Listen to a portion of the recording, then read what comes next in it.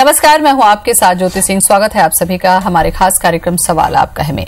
क्या आप ऑनलाइन ठगी के शिकार हुए हैं? एटीएम या क्रेडिट कार्ड फ्रॉड आपके साथ भी हुआ है? अगर हुआ है तो आपके लिए एक राहत भरी खबर है, क्योंकि आरबीआई ने ग्राहक सुरक्षा अनधिकृत इलेक्ट्रॉनिक बैंकिंग ट्रांजैक्शन में ग्राहकों की सीमित जिम्मेदारी पर संशोधित दिशा निर्देश जारी कर दिए हैं, जिसमें बैंक खाते में ऑनलाइन फ्रॉड होता है तो अब खामियाजा ग्राहक को नहीं बल्कि बैंक उठाएगा।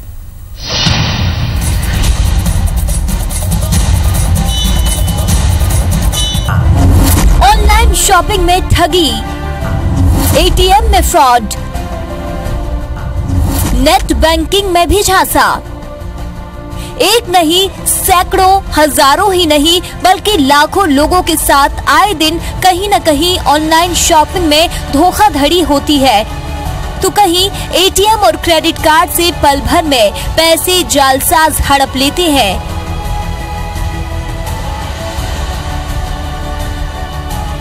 लेकिन अब ऐसा नहीं होगा, क्योंकि आरबीआई ने नियमों में बदलाव करते हुए ग्राहकों को ऑनलाइन ठगी और दूसरे मामलों से बचाने के लिए कदम उठाए हैं। यदि आप ऑनलाइन एटीएम या क्रेडिट कार्ड फ्रॉड के शिकार होते हैं तो आपको आपका पैसा वापस मिल सकता है। रिजर्व बैंक के मुताबिक फ्रॉड के 3 दिन के भीतर बैंक से शिकायत करनी होगी। जिस दिन आप शिकायत करेंगे उसके 10 दिन के भीतर पैसे आपके खाते में जमा हो जाएंगे। लेकिन यदि ग्राहक थर्ड पार्टी फ्रॉड की जानकारी देने में 3 दिन से ज्यादा का वक्त लगाता है तो उसे 25,000 रुपए का नुकसान खुद उठाना पड़ेगा। इससे ज्यादा नुकसान की भरपाई बैंक करेंगे। लेकिन ग्राहक की लापरवाही, जैसे अपने खाते की जानकारी किसी दूसरे को बताने की वजह से यदि नुकसान होता है तो इस नुकसान को उसे खुद ही उठाना पड़ेगा। इसके साथ ही अनधिकृत ट्रांजैक्शन की जानकारी देने के बाद यदि कोई नुकसान होता है तो इसकी जिम्मेदारी बैंक की होगी। यदि आपके साथ भी कोई धोखाधड़ी होती है तो याद रखिए, 3 दिन के भीतर बैंक से जरूर शिकायत करें। Bureau report IBC 24। टेक्नोलॉजी जितनी हमें सुविधाएं दे रही है, कहीं न कहीं उसमें जो लूप होल होते हैं उसकी वजह से ठगी का शिकार भी लोग हो रहे हैं। कैसे बचे इस ठगी से? बैंक की इसमें कितनी जिम्मेदारी है? आपकी जागरूकता के लिहाज से कितनी जिम्मेदारी है? इस पर हम चर्चा करेंगे। हमारे साथ हमारे खास मेहमान जुड़ चुके हैं। सीपी व्यास हैं, ब्रांच मैनेजर अपेक्स बैंक के। व्यास जी, बहुत बहुत स्वागत है आपका। धन्यवाद। और जो दर्शक इस वक्त हमारा कार्यक्रम देख रहे हैं, अगर आप भी ऑनलाइन ठगी के शिकार हुए हैं या इससे बचने के उपाय या जानकारी कुछ आप चाहते हैं या सुझाव देना आप चाहते हैं तो आप हमें इस वक्त कॉल भी कर सकते हैं। हमारा नंबर लिख लें आप 400877। रायपुर से बाहर के दर्शकों को हम रायपुर का कोड बता देते हैं 077 पर। तो चलिए इस कार्यक्रम में चर्चा हम करते हैं। जब तक आपकी फोन कॉल से समस्याएं हम तक पहुंचे, कुछ जाने हम व्यास जी से। व्यास जी, अगर जब हम बात करते हैं टेक्नोलॉजी की, जैसा मैंने शुरू में कहा, जब कोई सुविधा हमें मिलती है तो जैसा कि विज्ञान के लिए कहा गया कि तो वरदान भी है तो वो अभिशाप भी है। जैसे ही टेक्नोलॉजी आपके पास में आती है तो उसमें कुछ कमी ये कह सकते हैं या दूसरों की ज्यादा जानकारी कह सकते हैं, कहीं ना कहीं ये हमारे लिए मुश्किल खड़ी करती है। इस बारे में कुछ कहिए। देखिए, बहुत सीधी सिंपल सी चीज है कि आज की डेट में बहुत एडवांस बैंकिंग, जिसमें हम बोल सकते हैं क्रेडिट कार्ड का हो गया, एटीएम का हो गया और नेट बैंकिंग का फैसिलिटी सभी कस्टमर्स को, सभी बैंक करीब सब बैंक अपने ग्राहकों को दे रही है। तो इसमें बैंक जो सुविधा देती है उसमें मैक्सिमम जो सेफ्टी मेजर्स होते हैं, यानी सुरक्षा के जो उपाय होते हैं, बैंक अपने लेवल पे टेक्नोलॉजी के माध्यम से रखती है। फिर भी कभी कभार इस तरह के धोखे होते हैं कि वो टेक्नोलॉजी जो रहती है वो उसमें से किसी के तोड़ निकाल के किसी तरह के फ्रॉड हो जाते हैं। तो उसके लिए आरबीआई की जो गाइडलाइन है वो काफी बैंकिंग से जुड़े हुए ग्राहकों के लिए काफी राहत भरी है कि वो अपनी उसमें बचाव भी कर सकते हैं, अपने पैसों की सुरक्षा भी कर सकते हैं। मगर सबसे बड़ी सुरक्षा ग्राहक को अपने पैसे की खुद ही करनी होती है बैंक के माध्यम से। उसके भी तरीके आरबीआई ने गाइडलाइन में अपने दिए हैं, उसका इस्तेमाल उनको करना पड़ेगा और उसके लिए जागरूक भी होना पड़ेगा। बिल्कुल। आज सबसे पहले बात करते हैं ऑनलाइन बैंकिंग की। व्यास जी, चूंकि बैंक में अब बहुत सारी जो बिल की बातें हैं या तमाम जो पैसों का लेन देन है अब वो हम सीधे ऑनलाइन करने लगे हैं। उसके लिए कई बार ये स्थिति यह है कि हम सालों तक बैंक भी नहीं जाते हैं। ऐसे में ऑनलाइन बैंकिंग से जब आप जुड़ते हैं, नेट बैंकिंग से आप जुड़ते हैं, तो सावधानी के लिहाज से आप बताइए कि क्या सावधानी ग्राहक बरते पैसा का लेन देन करते समय या शॉपिंग करते समय, ताकि इस तरीके के फ्रॉड से वो बचे? देखिए, आपको अपने इस तरह का ऑनलाइन ट्रांजैक्शन करते समय अपने जितने भी ट्रांजैक्शंस होते हैं उसके सुरक्षा के उपाय जब भी आप नेट बैंकिंग की फैसिलिटी बैंक से लेते हैं तो उसके पूरे इंस्ट्रक्शन बैंक आपको एक राइटिंग में देता है ऑनलाइन नेट पर पासवर्ड के साथ। आपको उन सभी जितने इंस्ट्रक्शन का उसको बारीकी से अध्ययन करते हुए सुरक्षा के उपायों को अपनाना चाहिए, ताकि आपके साथ इस तरह का ऑनलाइन कोई फ्रॉड ना हो सके, आपके पैसे का कोई गलत इस्तेमाल न कर सके और आपके पैसे की सुरक्षा हो सके। अगर हम नेट बैंकिंग पे जाते हैं व्यास जी, कहाँ पर ऐसी कमी होती है, कहाँ पर ऐसी चूक होती है ग्राहक के हिसाब से या बैंक के हिसाब से, जब इस तरीके की ठगी हो जाती है और लोगों को बहुत दिनों के बाद पता चलता है?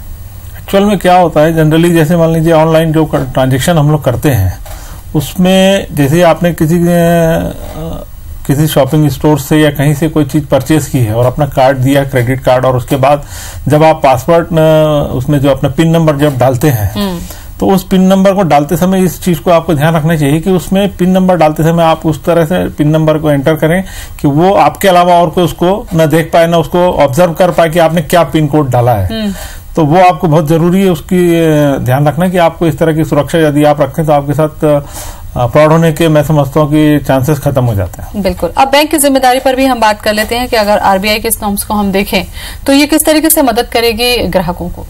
देखिए, आरबीआई की जो अभी रिसेंट की जो गाइडलाइन है उसके हिसाब से ये है कि आरबीआई ने अपने सभी बैंकों के ग्राहकों को ये दिया और बैंकों को भी स्ट्रिक्टली इंस्ट्रक्ट किया है कि उनको अपने बैंकों के कस्टमर है जिनको उन्होंने ऑनलाइन जो शॉपिंग है, क्रेडिट कार्ड है, पैन कार्ड है या ऑनलाइन ट्रांजेक्शन से इस तरह की जो भी फैसिलिटी दी, नेट बैंकिंग की फैसिलिटी दी है, तो उसमें यदि मान लीजिए कस्टमर उसके साथ किसी तरह के मान लीजिए उसने एटीएम से पैसा विड्रॉ किया, अकाउंट डेबिट हो गया, उसको पैसे नहीं मिला है और उस स्लिप अगर आ जाती है तो उसमें उन्होंने ये सुविधा दी है आरबीआई ने कि वो कस्टमर जाके अपना संबंधित बैंक को इन्फॉर्म करेगा विद इन 3 डेज और उसमें जाके वो अपने बताया कि साहब मैंने अपना एटीएम कार्ड डाला था, मैंने पिन नंबर भी डाला मगर पैसे नहीं निकले हैं और मेरा अकाउंट भी डेबिट हो गया है। तो बैंक उसको वेरीफाई करके वो 3 दिन के अंदर अगर उस कंप्लेंट को देता है पर्टिकुलर बैंक को, पहले तो उसको अपना एटीएम ब्लॉक कराना चाहिए सबसे पहले विद इन 24 आवर्स, और उसके बाद 3 दिन के अंदर यदि वो उसका सॉल्यूशन बैंक निकालेगा, विद 10 डेज का टाइम दिया आरबीआई ने, 10 दिन के अंदर उनको अपना सॉल्यूशन निकाल के उस कस्टमर का जो है क्लेरिफिकेशन करने का इंस्ट्रक्शन दिया। एक कॉल ले लेते हैं। मनोज जुड़ चुके हैं जबलपुर से, इन्होंने कॉल किया है। मनोज, स्वागत है, पूछिए क्या सवाल है आपका? हेलो, हाँ बोले, सुन रहे हैं हम। जी मैम, आज एक फोन आया हुआ था। हाँ हेलो, हाँ बोलिए बोलिए। आज एक फोन आया हुआ था, वो क्रेडिट कार्ड की जानकारी मतलब मांगी उन्होंने, बोले एसबीआई से बोल रहे हैं और उसपे मतलब 5,000 डेबिट कर लिया। तो क्या आपने पासवर्ड बता दिया था क्या? हाँ मैम, पासवर्ड नहीं, उससे मतलब कार्ड नंबर पर बताया था। कैसा हो सकता है व्यास जी कि कार्ड नंबर जैसा इन्होंने दे दिया, पासवर्ड नहीं दिया है, 5,000 रुपए निकल चुके हैं, कैसा ये संभव है? देखिए, इसमें जब तक उस पर्टिकुलर केस में क्या हुआ है वो देखे बिना उसके बारे में बताना पॉसिबल नहीं है कि उनके साथ क्या हुआ एक्चुअल, वो तो पर्टिकुलर उस केस को पर्टिकुलर स्टडी करने से समझ में आएगा। मगर जहां तक मैं समझता हूँ, एक चीज मैं सभी आपके चैनल के माध्यम से सभी जितने ग्राहक या बैंकिंग सेक्टर से जुड़े हुए हैं उनसे एक रिक्वेस्ट करूंगा, आपको एक चीज बहुत स्पष्ट बता दूं कि कभी भी कोई भी बैंक अपने कस्टमर को फोन करके डायरेक्टली न तो कार्ड के डिटेल मांगती है, न उनसे कभी पिन नंबर मांगती है। अगर ये कोई मांगता है तो इट मीन्स वो कोई ना कोई फ्रॉड ही है।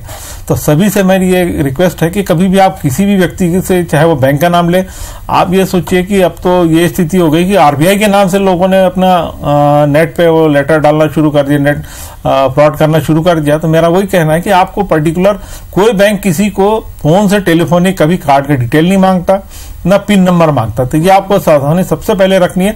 कभी भी कोई भी मांगे, इवन मैं भी बता रहा हूं, मैं आपको बैंक से जुड़ा हूं, कई बार मेरे पास भी फोन आता है, आप विश्वास नहीं करेंगे, मेरे पास एक बार पाकिस्तान से फोन आया, मेरे से कार्ड का डिटेल मांगा है। मैंने बोला भाई मैं खुद बैंक का आदमी, मेरे से कार्ड का डिटेल में कभी बैंक नहीं मांगती, आप कैसे मांग रहे हो? फिर उसने फोन काट दिया। तो आपको ये सुविधा सबसे पहले अपनी सावधानी यही बरतनी है किसी भी व्यक्ति को, क्योंकि बैंक से वो फोन नहीं है, 101% वो फ्रॉड वाले का फोन है, इसलिए आप उसको एंटरटेन मत करिए, उसको सीधा सीधा रिफ्यूज कर दीजिए और फोन काट दीजिए। बिल्कुल व्यास जी, बहुत सही आपने कहा, क्योंकि पैसा आपका है तो सबसे पहले जिम्मेदारी तो आपकी बनती है कि आप जागरूक रहें और तमाम उन नियमों को पालन करें जिससे फ्रॉड होने से रोका जा सकता है। कुछ और भी मैं आपसे चर्चा करूंगी, फिलहाल यहाँ रुकेंगे छोटे से ब्रेक के लिए। ब्रेक के बाद स्वागत है आपका, सवाल आपका है। बे अफसर अली जुड़ चुके हैं रायपुर से, उन्होंने कॉल किया है। अफसर जी स्वागत है आपका, बताएं क्या सवाल है?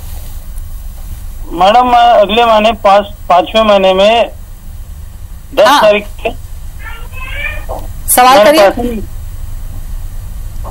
बोलिए। मेरा पांचवें महीने में 10 तारीख को मैंने एटीएम से पैसा निकाला, मेरे हाथ में एटीएम से पैसा भी नहीं आया।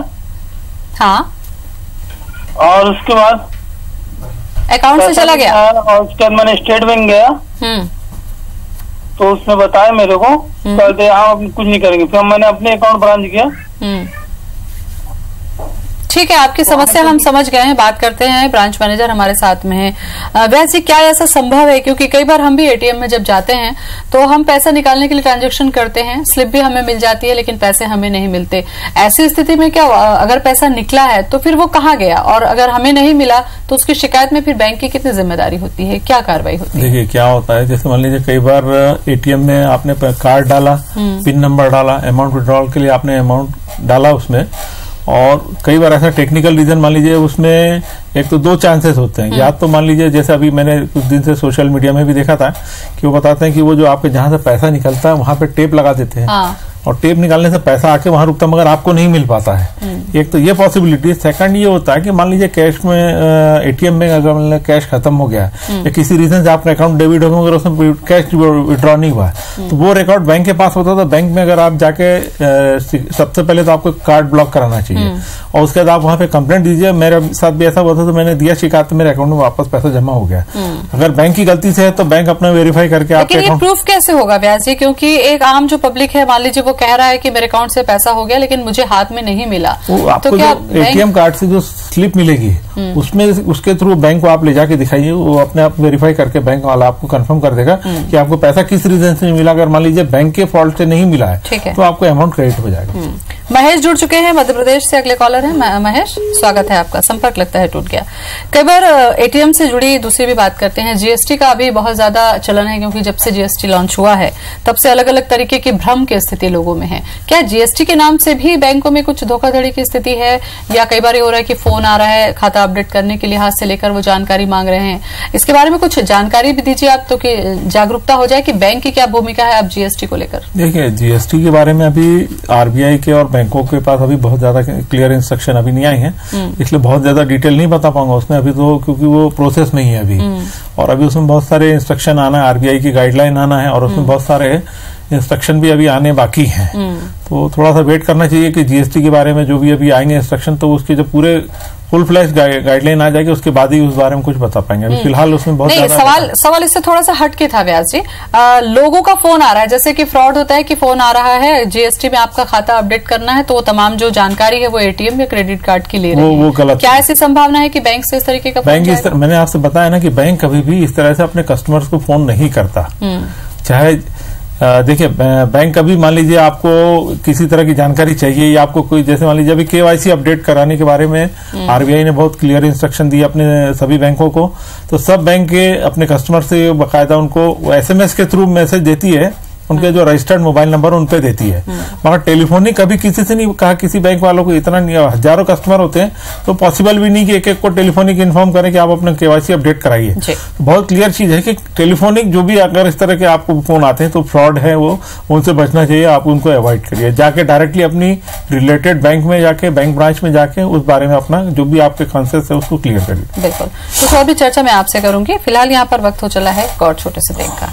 ब्रेक के बाद स्वागत है आप सभी का हमारे खास कार्यक्रम सवाल आपका है में। वैसे अगर हम बात करते हैं ऑनलाइन की, तो बहुत सारी चीजें अब हम ऑनलाइन कर चुके हैं, चाहे शॉपिंग करने की बात हो, टिकट कटाने की बात हो, बिल पटाने की बात हो, सब कुछ हम सुविधा के लिहाज से अब कर रहे हैं। ऐसे में एक शिकायत ये भी आती है कि अब रेलवे की जब टिकट लेते हैं और आप जब कैंसिल कराते हैं उसको, उसके बाद जब पैसा आना चाहिए अकाउंट में, या तो वो आता नहीं है, या कई बार उसमें कम बहुत ज्यादा हो जाता है। तो इससे जुड़ी शिकायत क्या हम बैंक से करें, रेलवे से करें, कहाँ करें? कई बार लोगों को ये पता भी नहीं होता है। देखिए क्या होता है कि ऑनलाइन, जैसे रेलवे के रिजर्वेशन की आप बात कर रही हैं, तो ये ट्रांजैक्शन तो क्योंकि रेलवे के आईआरसीटीसी के थ्रू होता है, तो लेकिन पैसा हमारे बैंक से कटता है उस समय। बैंक से कटता है, बैंक ने आपके पेमेंट करने तक की जिम्मेदारी बैंक की है। हाँ।